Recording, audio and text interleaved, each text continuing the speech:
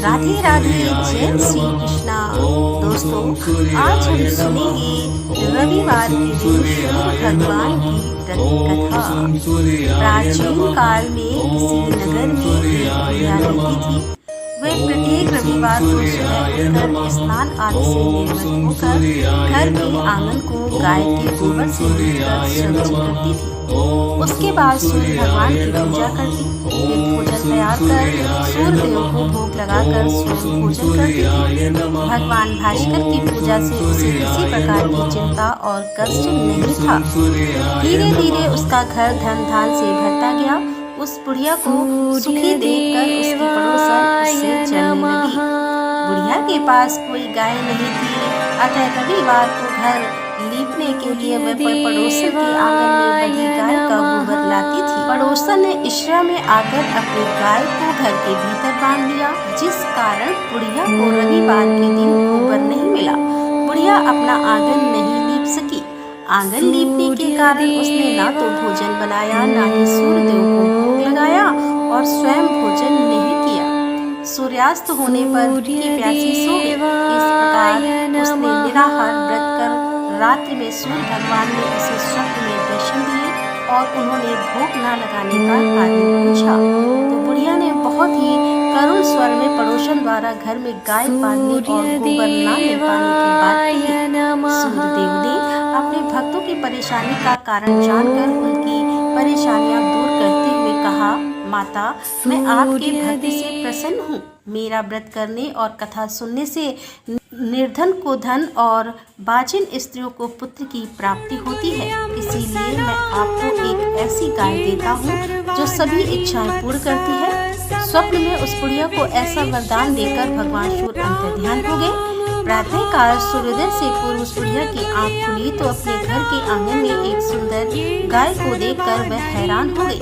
पड़ोसन ने उस बुढ़िया के आंगन में सुंदर गाय को देखा तो वह उससे और अधिक चलने लगी। जैसे ही गाय ने सोने का गोबर किया, पड़ोसन की आंखें फट गई। पड़ोसन ने उस बुढ़िया को आसपास ना पाकर तुरंत उस गोबर को उठाया और अपने घर ले गई तथा अपनी गाय का गोबर वहां रखाई। बुढ़िया को सोने के गोबर के बारे में पता ही नहीं चला। बुढ़िया पहले की तरह भगवान सूर्यदेव का व्रत करती रही और कथा सुनती रही। पड़ोसन की चालाकी देखकर एक दिन सूर्य भगवान ने तेज आंधी चलाई, जिसके कारण बुढ़िया ने गाय को घर के भीतर बांध लिया। सुबह उठकर बुढ़िया ने गाय का गोबर देखा तो उसे बहुत आश्चर्य हुआ।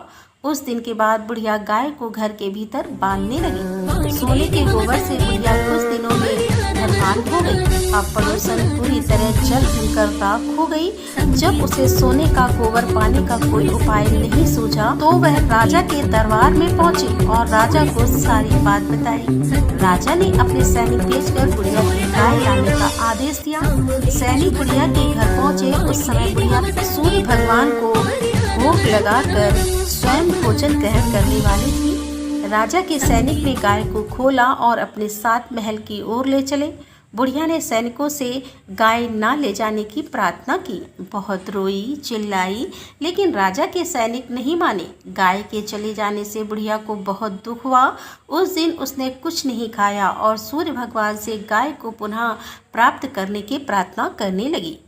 दूसरी ओर राजा गाय को देखकर बहुत खुश हुआ और सैनिकों से बोला, इस सोने का गोबर देने वाली गाय को गौशाला की जगह मेरे कक्ष में बांधा जाए। सुबह जैसे ही राजा उठा, सारा महल गोबर और बदबू से भरा देखकर राजा घबरा गया। उसने सैनिकों से गंदगी साफ करने को कहा, परंतु गोबर साफ ही नहीं हो रहा था। जितना साफ करते वह उतना ही फैल जाता। यह देखकर राजा क्रोधित हुआ और उसने पड़ोसन को राजमहल में बुलवाया और उससे दंडित किया। इसके बाद राजा ने तुरंत बुढ़िया को महल में बुलवाया और उससे क्षमा मांगते हुए सम्मान सहित गाय लौटा दी। तत्पश्चात राजा के महल से सारी गंदगी दूर हो गई।